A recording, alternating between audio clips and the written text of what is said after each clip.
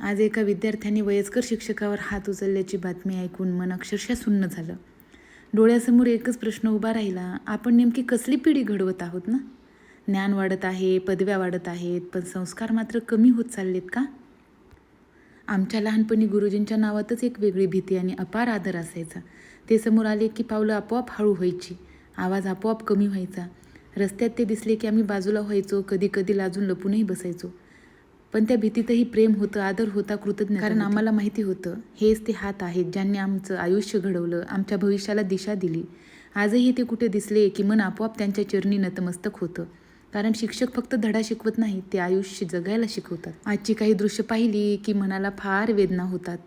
शिक्षणाच्या इमारती उंच होत आहेत, पण संस्काराची पायाभरणी जर कमकुवत झाली तर उद्याचं भविष्य किती अंधारात जाईल याची भीती वाटते.